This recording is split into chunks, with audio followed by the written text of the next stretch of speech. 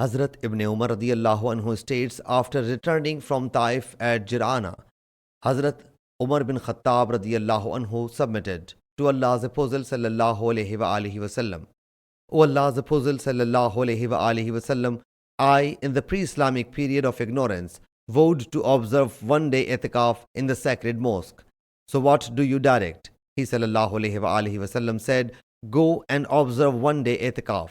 Allah's Apostle sallallahu alayhi wa alihi wasallam granted Hazrat Umar radiyallahu anhu a slave girl from the royal fifth.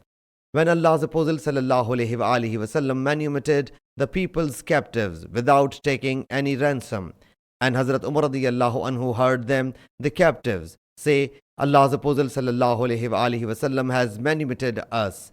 Hazrat Umar radiyallahu anhu said, what is it? The people said, Allah's Apostle sallallahu alayhi wa alihi wasallam has set the people's captives free. Hazrat Umar radiyallahu anhu whereupon said, O Abdullah, take this slave girl and set her free.